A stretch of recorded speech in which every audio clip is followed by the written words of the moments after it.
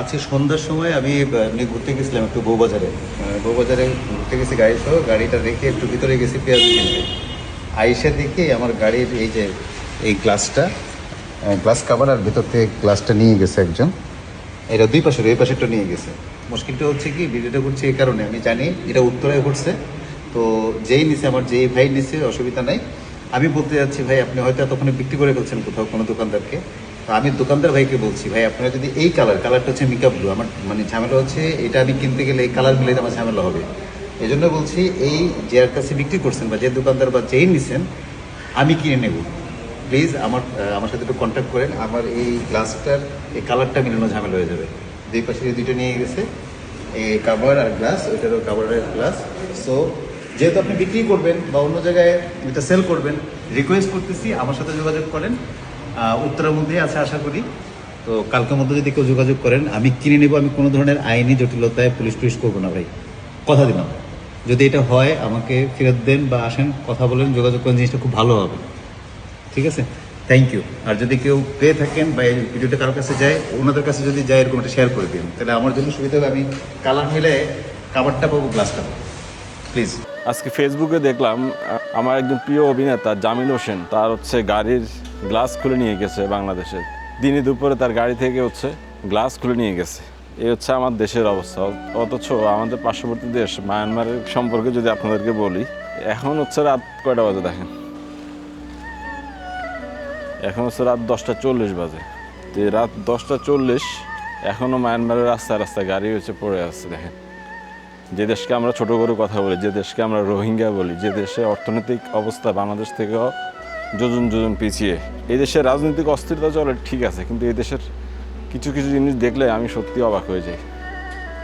এই যে দেখেন, রাত প্রায় 11টা বাজে, এখনও রাস্তার পাশে হাজার হাজার গাড়িরা রেখে নিরাপদে ঘুমাচ্ছে। এখন সবাই ঘুমে, হ্যাঁ, কারণ মায়ানমারের যেহেতু সামরিক শাসন চলে, সেজন্য এদেশের নিয়ম হলো রাত 9টা বাজের মধ্যে সব কিছু বন্ধ হয়ে যায়। ওষুধের দোকান থেকে শুরু করে সব ধরনের দোকানপাট বন্ধ করে দিতে হবে রাত 9টায়। এখন বাজে রাত প্রায় 11টা। তো সবাই মোটামুটি প্রায় ঘুমে মধ্যে আছে বা হাউস রেস্টে আছে। আর রাস্তায় অগণিত গাড়ি, হ্যাঁ, এই গাড়ি এভাবে থাকবে। এই যে দেখেন, দামি দামি গাড়ি,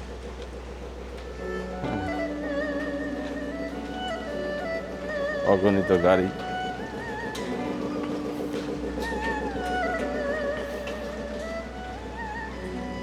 এই গাড়ি দেখি তারা নিরাপদে ঘুমায়।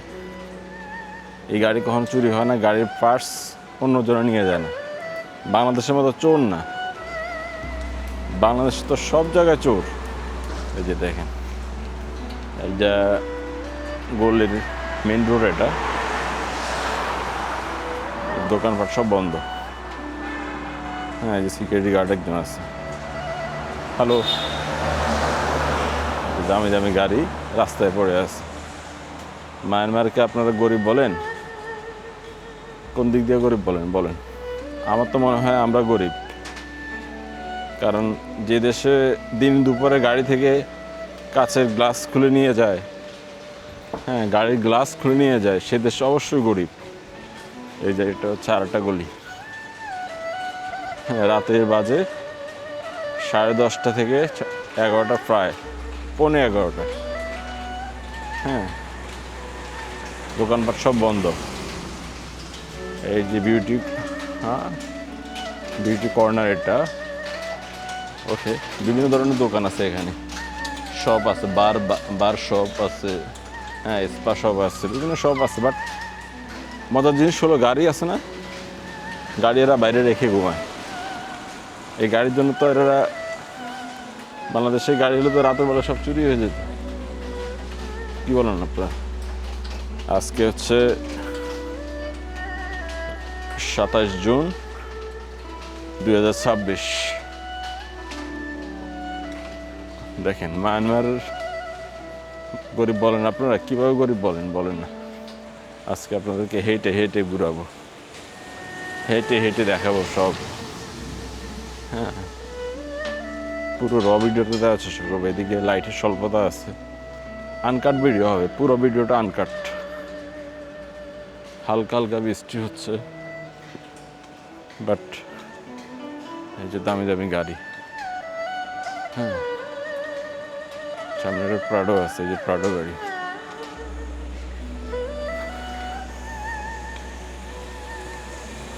দেখেন, হ্যাঁ রাতের বেলা বাইরে থাকে গাড়ি। কই এসব দেশে তো গাড়ি পার্টস চুরি হয় না। এই যে গাড়ির পার্টস তো চুরি করে নিয়ে যেতে পারতো, এটা তো পারলে চুরি করে নিয়ে যেতে পারতো চোররা। হ্যাঁ চুরি করতে পারতো না, এটা করছে? কথা বলেন না। এই দেশকে আপনার রোহিঙ্গা বলেন, এই দেশের রোহিঙ্গা বলেন, কিন্তু এই দেশ যে পরিমাণ বিলাসিতাভাবে চলাচল করে, যে পরিমাণ মানুষ গাড়ি ইউজ করে, হ্যাঁ প্রত্যেকটা ফ্যামিলিতে গাড়ি আছে। এই যে দেখেন কি দামি দামি গাড়ি দেখেন, হ্যাঁ আপনারা দেখেন, দেখছেন কি দামি দামি গাড়ি ইউজ করে তারা। চুরি করে নিয়ে গেছে। বাংলাদেশের মতো চোর সবাই। আমি এই মুহূর্তে আছি মায়ানমারের ইয়াঙ্গুনে, ইয়াঙ্গুন শহর থেকে বলছি। যদিও মায়ানমারে এই মুহূর্তে গৃহযুদ্ধ চলে বিভিন্ন স্টেটে, বিভিন্ন স্টেট বলতে আপনার সীমান্তবর্তী স্টেটগুলোতে বিরোধীরা যুদ্ধ করে সামরিক জান্তার বিরুদ্ধে। দেখেন সব রাস্তার পাশে গাড়ি রেখে দিচ্ছে এরা।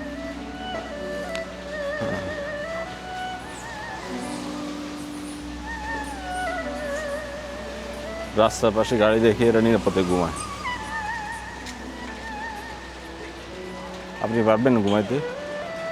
আপনি 20 টাকার একটা গাড়ি, এই যে 20 টাকার গাড়ি দেখেন, 20 টাকার গাড়ি আপনি বাইরে রেখে ঘুমাতে পারবেন বাংলাদেশে?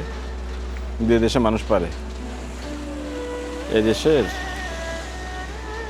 মানুষ পারে কীভাবে বলেন? হ্যাঁ আমার দেশে মানুষ কেন পারে না? আমার দেশে মানুষ কেন এত চোর? হ্যাঁ দিন দুপুরে কেন এত চুরি হয়? এই দেশে প্রচুর সিসি ক্যামেরা আছে, যেটা বাংলাদেশেও নেই। হ্যাঁ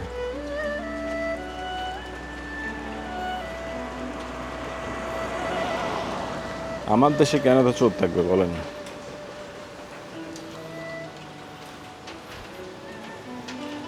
দেখেন আপনারা 10 লাখ রোহিঙ্গা জায়গা দিয়েছেন ঠিকই, এদেশের যে ক্ষুদ্র নৃগোষ্ঠী রোহিঙ্গা 10 লাখ রোহিঙ্গা জায়গা দিয়েছেন ঠিকই, কিন্তু এই দেশের শান শওকত আপনারা দেখেন না এখন।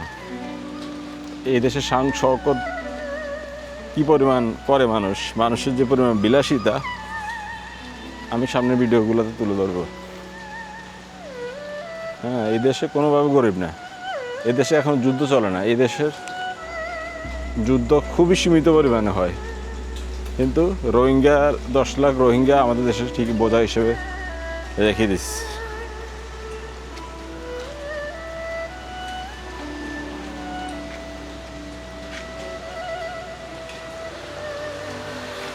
10 লাখ রোহিঙ্গা ঠিকই বোঝা হিসেবে রেখে দিচ্ছে। দেখেন এইটা আরেকটা মোড়, আরেকটা গলি। দেখেন এই গলিতে রাত এখন প্রায় 11টা, প্রায় 11টা নেই, 10টা 50। হ্যাঁ বাংলাদেশের সময় 10টা 50 বাজে। দেখেন রাস্তার পাশে কী পরিমাণ গাড়ি আছে, রাস্তার পাশে কী পরিমাণ দামি দামি গাড়ি রেখে ওরা নিরাপদে ঘুমাচ্ছে। ওদের দেশে তো চোর নাই, হ্যাঁ অথচ আমার দেশে এত চোর কোথা থেকে আসলো বলে? হ্যাঁ আমার দেশে মানুষ নিরাপদ না কেন বলেন আপনারা? আমার দেশের মানুষ তো অর্থনৈতিকভাবে সমৃদ্ধশালী, আমাদের দেশে তো গণতন্ত্র চলে, গণতান্ত্রিক দেশ আমাদের। তারপরে এত অবহেলা কেন আমাদের দেশের মানুষ? কোনো আইনি শাসন নেই, কোনো কিচ্ছু নেই, বিচার নেই। হ্যাঁ,